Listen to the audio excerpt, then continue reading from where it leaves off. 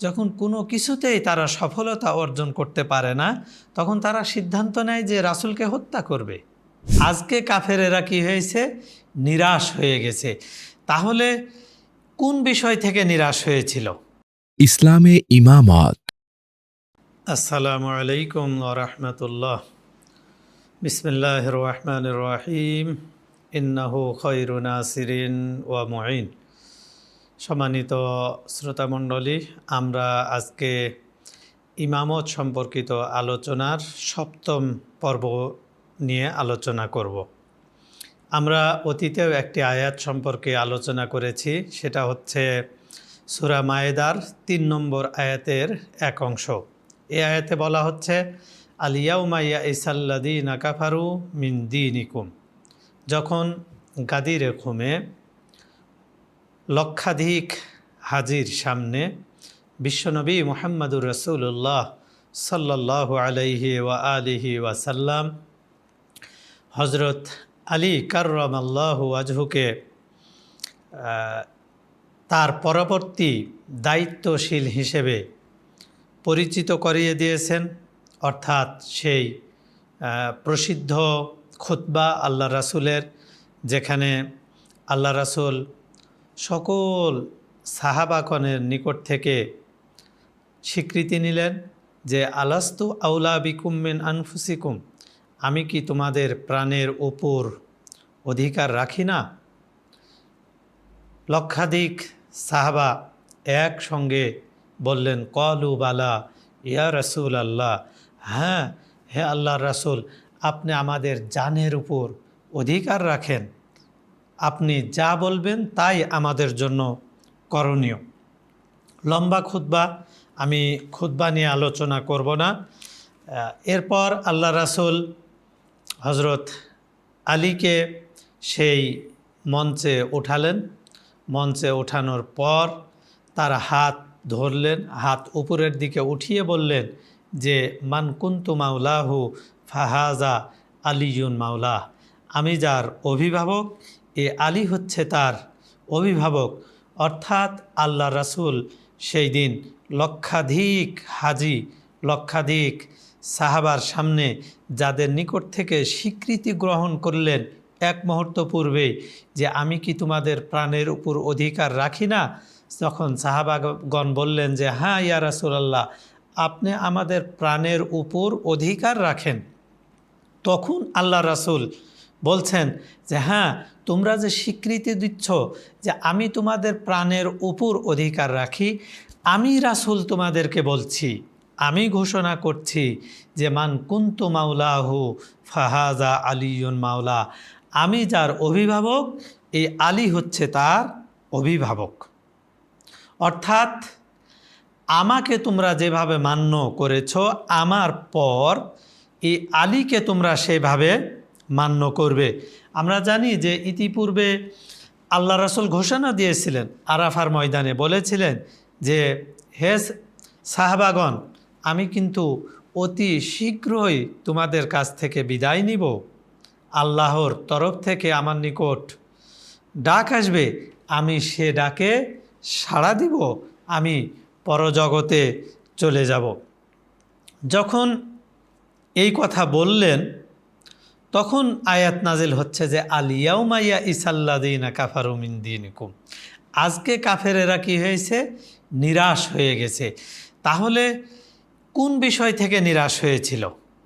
এখান থেকে বোঝা যায় যে এখানে যে বিষয় থেকে কাফেরেরা নিরাশ হয়েছিল সেগুলো শুধুমাত্র দিনের আহকাম নয়, যেমন নামাজ থেকে নয়, রোজা থেকে নয়, হজ থেকে নয়, যাকাত থেকে নয়, এগুলো পূর্ব থেকেই বর্ণনা করা হয়েছিল। আল্লাহ রাসূল অনেক পূর্ব থেকেই এসব কিছু বলে দিয়েছেন, নামাজ পড়তে হবে, রোজা রাখতে হবে, হজ করতে হবে, যাকাত দিতে হবে, হালাল সম্পর্কে হারাম সম্পর্কে অনেক কিছু আল্লাহ রাসূল এই 23 বছর যাবৎ বর্ণনা করেছেন। কিন্তু এতদিন কাফেরেরা আল্লাহ রাসূল থেকে নিরাশ হয়নি, ইসলাম থেকে নিরাশ হয়নি। আজকে নিরাশ হয়েছে কেন? আজকে দিনের ধারক রাসূলের পর রাসূলের স্থলাভিষিক্ত কে হবেন, এই দিনকে কে সামনে এগিয়ে নিয়ে যাবেন, কে দিনের দায়িত্বশীল হবেন, এই বিষয়টা আজকে স্পষ্ট হয়েছে। আল্লাহ রাসূল সেখানে হজরত আলী কাররামাল্লাহু আজহুকে তার পরবর্তী ইমাম হিসেবে সেখানে তিনি লক্ষাধিক হাজির সামনে পরিচয় করিয়ে দিয়েছেন। যখন পরিচয় করে দিয়েছেন তখন বলা হচ্ছে যে আল ইয়াউমা ইয়াইসাল্লাযীনা কাফারু মিন দীনিকুম, আজকে কাফেরেরা নিরাশ হয়ে গেছে, আজকে কাফেরেরা নিরাশ হয়ে গেছে। ফালা তাখশাউহুম ওয়াখশাউনি, এই কাফেরদেরকে আর ভয় করার কোনো প্রয়োজন নাই। এদের হুমকি ধামকি থেকে, এদের ক্ষতিকারক দিক থেকে ভয়ের আর কোনো কারণ নাই। আজকে দিন স্থায়িত্ব লাভ করেছে কিসের মাধ্যমে? ইমামকে নিযুক্ত করার মাধ্যমে, ইমামের ঘোষণা দেওয়ার মাধ্যমে, ইমামকে পরিচয় করিয়ে দেওয়ার মাধ্যমে আজকে দিন আজকে পরিপূর্ণ হয়ে গেছে। আজকে কাফেরেরা নিরাশ হয়ে গেছে। এখানে আরেকটি কথা বলা প্রয়োজন, তা হচ্ছে আমরা জানি যে আমাদের রাসূলের ছেলে সন্তান শিশুকালেই মারা যায়। তো তৎকালীন আরবের যে কালচার, যে সামাজিক ব্যবস্থা ছিল, সেখানে তারা ছেলে সন্তানকেই সব কিছু মনে করত।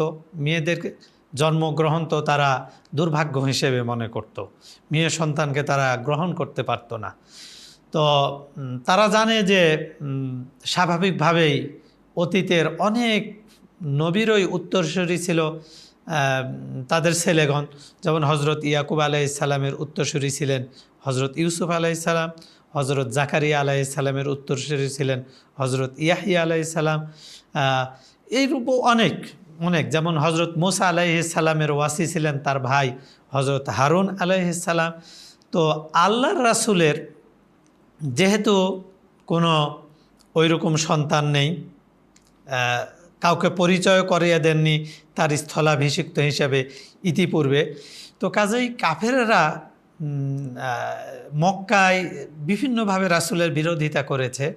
আপনারা জানেন যে যখন বিভিন্নভাবে বিরোধিতা করার পর বিভিন্ন লোভ, বিভিন্ন কিছু আল্লাহ রাসূলকে বিভিন্ন প্রলোভন দিয়ে যখন কোনো কিছুতেই তারা সফলতা অর্জন করতে পারে না, তখন তারা সিদ্ধান্ত নেয় যে রাসূলকে হত্যা করবে।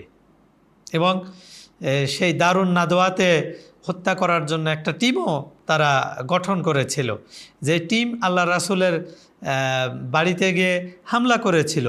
আল্লাহ রাসূলকে আল্লাহ সেই হামলা থেকে মুক্তিদান করেছিলেন, অর্থাৎ রাসূলকে হিজরত করতে হয়েছিল, রাসূলকে হিজরত করতে হয়েছিল সেখান থেকে।